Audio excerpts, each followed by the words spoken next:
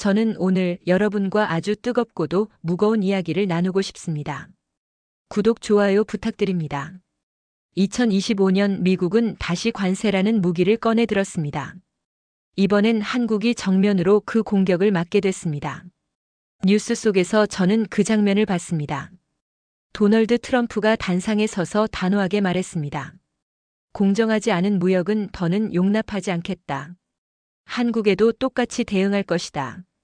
순간 심장이 철렁 내려앉았죠. 이건 단순한 경제 뉴스가 아니었습니다. 대한민국의 운명과도 같은 이야기였으니까요. 자동차, 철강, 반도체, 제약 한국 경제의 심장을 겨냥한 폭탄이었죠. 저는 머릿속이 복잡했습니다. 과연 우리는 이 위기를 견딜 수 있을까?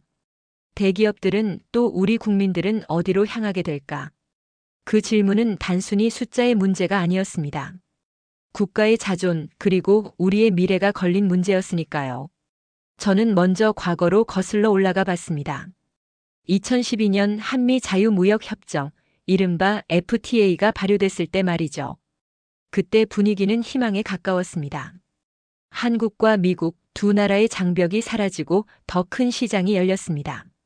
관세라는 벽이 무너졌고 한국 기업들은 자유롭게 미국으로 수출할 수 있었죠. 현대차의 미국 판매량은 치솟았고 삼성과 LG의 전자제품은 미국 가정에 깊숙이 들어갔습니다. 저는 그 시기를 떠올리면 모두가 황금기라고 불러도 될 만큼의 자신감이 넘쳤다고 생각합니다. 한미동맹은 경제에서도 철옹성처럼 보였죠. 하지만 시간이 지나면서 균열이 생겼습니다. 2017년 트럼프가 백악관에 들어서며 분위기가 완전히 바뀌었죠. 그는 연설 때마다 불공정 무역을 외쳤습니다. 한국은 우리를 이용하고 있다. 무역 적자가 미국을 약하게 만든다. 그 말이 쏟아질 때마다 저는 불안해졌습니다. 트럼프는 기존의 질서를 거부했습니다. 자유무역이라는 이름 아래 이익을 나누는 대신 미국이 잃은 것을 되찾아야 한다는 구호를 내세웠죠. 그 구호는 단순한 정치적 레토릭이 아니었습니다. 곧 현실이 됐습니다. 저는 기억합니다. 그의 책상 위에 한미 FTA 개정 보고서가 놓였을 때 한국 정부는 깊은 고민에 빠졌습니다. 그리고 끝없는 협상 끝에 한국은 자동차, 철강 분야에서 일부 양보를 해야 했죠. 당시에는 큰 충격은 아니다라는 평가도 있었지만 저는 그렇게 보지 않았습니다. 그건 시작에 불과했으니까요. 2025년 트럼프가 다시 집권하며 결국 그 칼날은 더욱 날카로워졌습니다.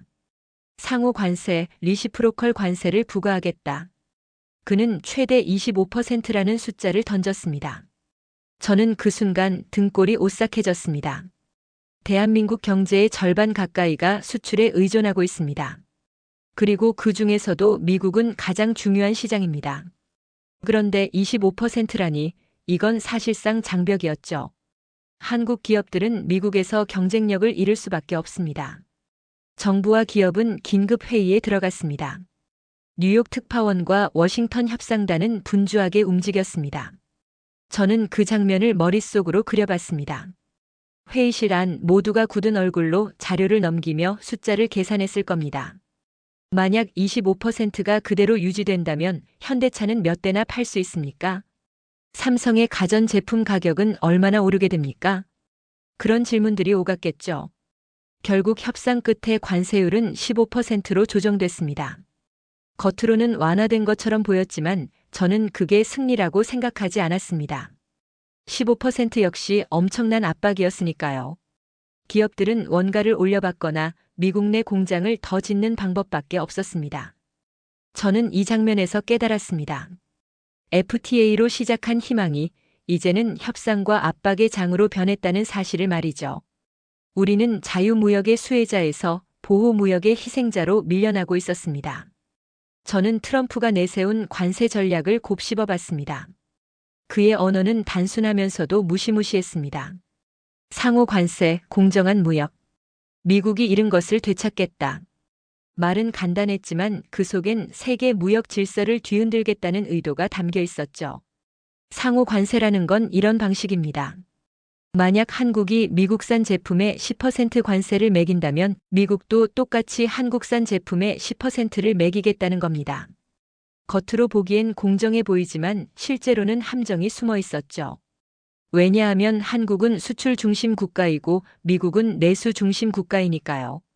한국이 미국에서 받는 피해가 훨씬 크다는 계산이 나왔습니다. 저는 미국 기자회견 장면을 떠올렸습니다.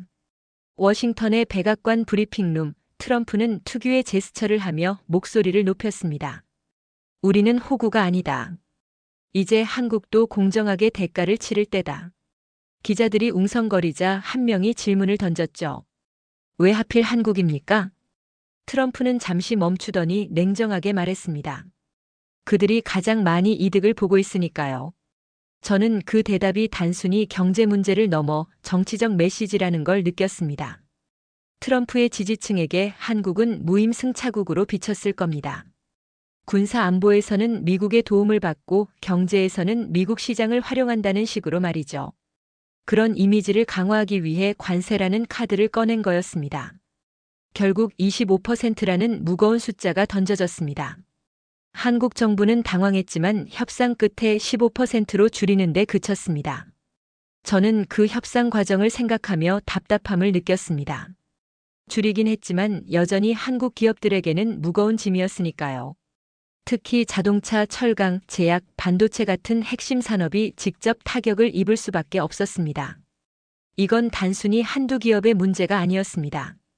대한민국 경제 전체의 구조가 흔들릴 수 있는 문제였죠.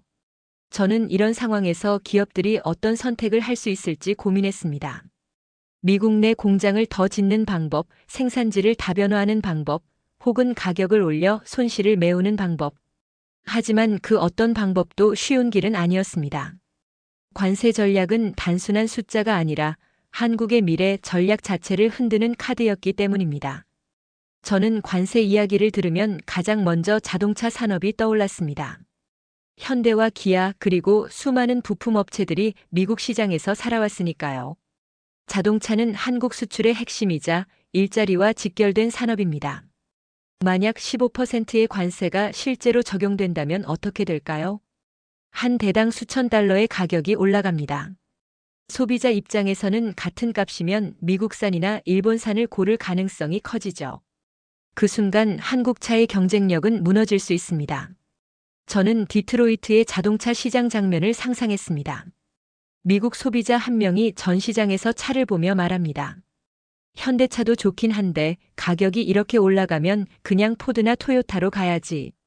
그 말 한마디가 현실이 될 수 있다는 게 무서웠습니다.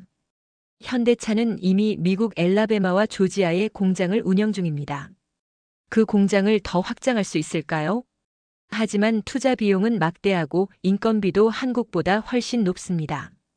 단순히 공장을 더 짓는다고 문제가 해결되는 건 아니었죠. 부품 업체들은 더 심각했습니다. 완성차 업체가 버틸 수 있다 해도 작은 부품 업체들은 여력이 없습니다. 관세로 가격이 올라가면 거래처가 줄어드는 순간 바로 타격을 입죠. 저는 그런 업체들의 근로자들을 떠올리며 마음이 무거워졌습니다. 내일도 출근할 수 있을까 하는 불안감 속에서 살아야 하니까요. 한편 한국 정부는 자동차 업계와 긴급 회의를 열었습니다. 회의실 안에서는 이런 대화가 오갔겠죠. 관세가 적용되면 손실 규모가 얼마입니까? 연간 수조 원입니다. 고용도 직격탄을 맞습니다. 그 목소리들 속에서 저는 절박함을 느낄 수 있었습니다. 자동차 산업은 단순한 상품이 아닙니다. 대한민국 경제의 심장 같은 존재입니다. 그 심장이 미국의 압박 앞에서 흔들리고 있다는 사실이 저를 더 불안하게 만들었습니다. 저는 자동차만큼이나 중요한 또 다른 두 산업을 떠올렸습니다. 철강과 제약입니다. 이 두 산업 역시 미국의 관세 폭탄에서 벗어날 수 없었습니다. 먼저 철강. 사실 한국 철강업계는 이미 트럼프 행정부 시절 큰 상처를 입은 적이 있습니다. 2018년 미국은 무역확장법 232조를 근거로 한국산 철강의 고율의 관세를 매겼습니다. 그때 한국은 미국에 대한 수출량을 제한하는 방식으로 가까스로 협상을 마무리했죠. 하지만 이번에 다시 칼날이 돌아왔습니다. 미국은 철강 알루미늄 파생 제품까지 조사 대상을 확대했습니다. 한국 철강업계는 다시 긴장할 수밖에 없었습니다. 저는 포항 제철소의 밤을 떠올렸습니다. 거대한 용광로 불빛이 타오르지만 그 속에서 일하는 근로자들의 마음은 무거웠을 겁니다. 우리 제품을 미국이 거부하면 이렇게 만든 철강은 어디로 가는 거지? 그 불안은 단순한 숫자가 아니라 삶의 문제였죠. 제약 산업은 더 충격적이었습니다. 트럼프 행정부는 제약 제품에 최대 100%의 관세를 매기겠다고 선언했습니다. 그러면서 조건을 내걸었습니다. 미국 내 공장을 짓는 업체만 면제해주겠다. 저는 이 조건을 듣고 숨이 막혔습니다. 한국의 바이오 기업들이 감당할 수 없는 압박이었으니까요. 제약사 간부 회의실, 이런 대화가 오갔을 겁니다. 미국 공장을 세워야 살아남습니다. 하지만 수천억 원이 들어갑니다. 그 돈을 어떻게 마련합니까? 안 하면 미국 시장에서 퇴출입니다. 그 순간 모두의 얼굴은 굳어졌을 거죠. 저는 이 장면에서 한국 기업들이 느끼는 무력감을 함께 느꼈습니다. 시장 접근을 지키려면 미국에 들어가야 하고 그렇지 않으면 퇴출입니다. 이건 공정한 경쟁이 아니라 사실상 강제 이전과 다름없었죠. 철강과 제약. 두 산업은 서로 달라 보이지만 공통점이 있었습니다. 바로 미국이 자국 산업을 보호한다는 명분 아래 한국 기업을 몰아붙였다는 겁니다. 저는 이 장면에서 똑똑히 깨달았습니다. 관세는 단순히 숫자가 아니라 힘의 논리였습니다. 강대국의 힘 앞에서 한국 기업들은 그저 버티는 수밖에 없었던 거죠. 저는 반도체를 떠올릴 때마다 가슴이 무겁습니다. 왜냐하면 반도체는 한국 경제의 심장이자 세계 기술 경쟁의 핵심이니까요. 삼성과 SK가 만드는 반도체는 전 세계의 스마트폰, 컴퓨터, 자동차, 심지어 군사 장비까지 들어갑니다. 그런데 이 산업도 미국의 관세 압박을 피할 수 없다는 소문이 퍼지기 시작했습니다. 아직 직접적인 관세 부과는 없었습니다. 하지만 미국이 반도체를 조사 대상으로 올린 순간 기업들의 마음은 얼어붙었습니다. 특히 저는 공급망이라는 단어가 떠올랐습니다. 미국은 반도체를 단순한 제품이 아니라 안보와 전략의 카드로 보고 있었습니다. 중국과의 경쟁에서 우위를 점하기 위해 한국 반도체 기업들을 자기 편으로 묶어두려는 거죠. 저는 실리콘밸리의 한 회의실을 상상했습니다. 미국 관료가 말합니다. 반도체는 자유무역의 대상이 아닙니다. 국가 안보 자산이죠. 한국이 미국 쪽에 확실히 서야 합니다. 한국 기업 대표는 답답한 얼굴로 속삭였겠죠. 우린 중국도 고객이고 미국도 고객입니다. 어떻게 한쪽만 고를 수 있겠습니까? 이 딜레마가 바로 한국의 현실이었습니다. 미국에 협조하지 않으면 관세와 규제가 쏟아질 수 있고 중국과 거래를 줄이면 전체 매출이 줄어듭니다. 양쪽에서 끊임없이 압박을 받는 상황. 저는 그걸 샌드위치 신세라고밖에 표현할 수 없었습니다. 그리고 더 큰 두려움은 관세가 직접 적용될 경우입니다. 반도체는 단순히 몇 퍼센트 가격이 올라가는 문제가 아닙니다. 수십조 원 규모의 계약이 흔들리고 세계 공급망이 무너질 수 있습니다. 그 순간 한국 경제 전체가 흔들리게 되죠. 저는 이 상황에서 한국 기업들이 느끼는 긴장감을 함께 느꼈습니다. 눈앞의 매출보다 중요한 건 생존, 그리고 국가적 운명이 걸려 있었으니까요. 반도체는 단순한 상품이 아니라 한국의 힘 그 자체였습니다. 저는 한국 정부가 이 상황을 어떻게 받아들였을까 자주 상상했습니다. 외교부, 산업부, 청와대 참모들이 한자리에 모여 앉아 치열하게 토론했겠죠. 회의실 안 공기는 무겁고 종이 위에는 수치와 그래프가 가득했을 겁니다. 관세가 현실화되면 수출 감소가 얼마입니까? 자동차만 해도 연간 수조 원 규모입니다. 일자리는 최소 3만 개 줄어듭니다. 그 보고를 듣는 순간 누군가는 이마를 짚었을 겁니다. 저는 그 장면이 눈에 선했습니다. 정부가 가진 카드는 많지 않았습니다. 미국과 협상하면서 보조금과 세제 혜택으로 기업들을 지원하는 방법, 다른 나라와의 무역 네트워크를 강화해 미국 의존도를 낮추는 방법. 하지만 어느 쪽이든 단기적인 효과를 기대하기는 어려웠습니다. 더 무서운 건 외교적 딜레마였습니다. 미국은 한국의 가장 중요한 안보 동맹입니다. 군사적으로 미국의 지원 없이는 북한을 막기 어렵다는 건 모두가 아는 사실이죠. 그런데 경제에서는 미국이 가장 큰 압박자로 등장했습니다. 저는 이 모순이 한국 정부를 얼마나 힘들게 만들었을지 느낄 수 있었습니다. 정부는 두 마리 토끼를 잡아야 했습니다. 안보 동맹은 유지하면서도 경제적 자존심은 지켜야 했습니다. 하지만 그 균형은 너무나도 어려웠습니다. 저는 그 회의장 속에서 긴장과 한숨이 교차하는 소리를 상상했습니다. 그리고 속으로 중얼거렸습니다. 이건 단순히 경제 협상이 아니라 국익 그 자체의 문제다. 저는 이 문제를 보며 자존이라는 단어를 떠올렸습니다. 경제는 돈과 숫자의 세계지만 그 뒤에는 나라의 체면과 국민의 자부심이 숨어 있습니다. 만약 한국이 미국의 요구를 무조건 수용한다면 어떤 이미지가 남을까요? 국민들은 우리가 속국이냐, 왜 끌려만 다니냐는 불만을 터뜨릴 겁니다. 실제로 거리에서 시민들의 목소리를 들으면 이런 말이 나왔을 겁니다. 미국에 이렇게 끌려다니는 거 자존심이 상해요. 하지만 현실은 현실이죠. 우리가 버틸 수 있겠습니까? 저는 이 대화를 상상하며 국민들의 갈등을 느꼈습니다. 한쪽은 자존심, 다른 한쪽은 현실. 둘 사이에서 마음이 갈라지는 건 어쩌면 당연했습니다.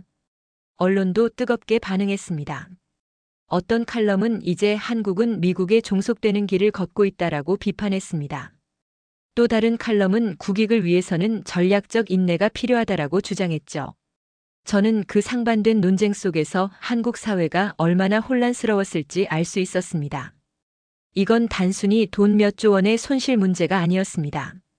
한국이 세계에서 어떤 나라로 보일지, 어떤 자존을 지킬 수 있을지가 걸린 문제였으니까요. 저는 이 장면에서 가장 큰 무게감을 느꼈습니다. 저는 결국 한국이 서 있는 자리를 떠올렸습니다. 한쪽 길은 굴복입니다. 미국의 요구를 받아들이고 미국 내 투자를 늘리고 관세를 피해가는 길이죠. 단기적으로는 손실을 줄일 수 있지만 장기적으로는 종속의 길일지도 모릅니다. 다른 쪽 길은 자주입니다. 미국의 압박에 맞서고 새로운 무역 파트너를 찾아 외연을 넓히는 길입니다. 중국, 동남아, 유럽과 더 적극적으로 협력하면서 미국 의존을 줄이는 방법이죠. 하지만 그 길은 당장 큰 충격을 감수해야 합니다. 수출 감소, 기업 손실, 국민 불안이 뒤따를 수밖에 없습니다. 저는 이 두 길 사이에서 한국이 어떤 선택을 할지 자주 생각했습니다. 쉽지 않은 길이지만 결국 우리는 답을 찾아야 합니다. 왜냐하면 한국은 단순한 작은 시장의 나라가 아니라 세계 10위권 경제 강국이니까요. 우리가 가진 기술력, 인재, 그리고 끈기는 결코 작지 않습니다. 저는 마지막으로 이런 장면을 그리고 싶습니다. 관세 폭탄 속에서도 한국 기업들은 새로운 길을 찾고 정부는 외교적 돌파구를 열어냅니다. 그리고 국민들은 묵묵히 버티며 나라의 자존을 지킵니다. 그게 바로 우리가 지금까지 해왔던 길이니까요. 저는 오늘 이 이야기를 단순한 경제 뉴스로 보지 않습니다. 트럼프의 관세 폭탄은 한국의 기업과 국민, 그리고 국익을 시험하는 거대한 도전입니다. 하지만 저는 믿습니다. 한국은 위기 속에서 늘 길을 찾았습니다. IMF 외환위기 때도, 글로벌 금융위기 때도, 코로나 팬데믹 때도 우리는 살아남았습니다. 그리고 더 강해졌습니다. 이번에도 마찬가지일 겁니다. 관세 전쟁이 우리를 시험하지만 우리는 결국 새로운 길을 열어갈 겁니다. 그 길의 끝에서 한국은 더 큰 자존과 힘을 얻게 될 겁니다. 저는 여러분께 묻고 싶습니다. 트럼프의 관세 폭탄. 한국은 굴복할까요? 아니면 새로운 길을 찾을까요? 제 대답은 분명합니다. 우리는 반드시 길을 찾는다. 왜냐하면 우리는 대한민국이니까요. 구독, 좋아요 부탁드립니다.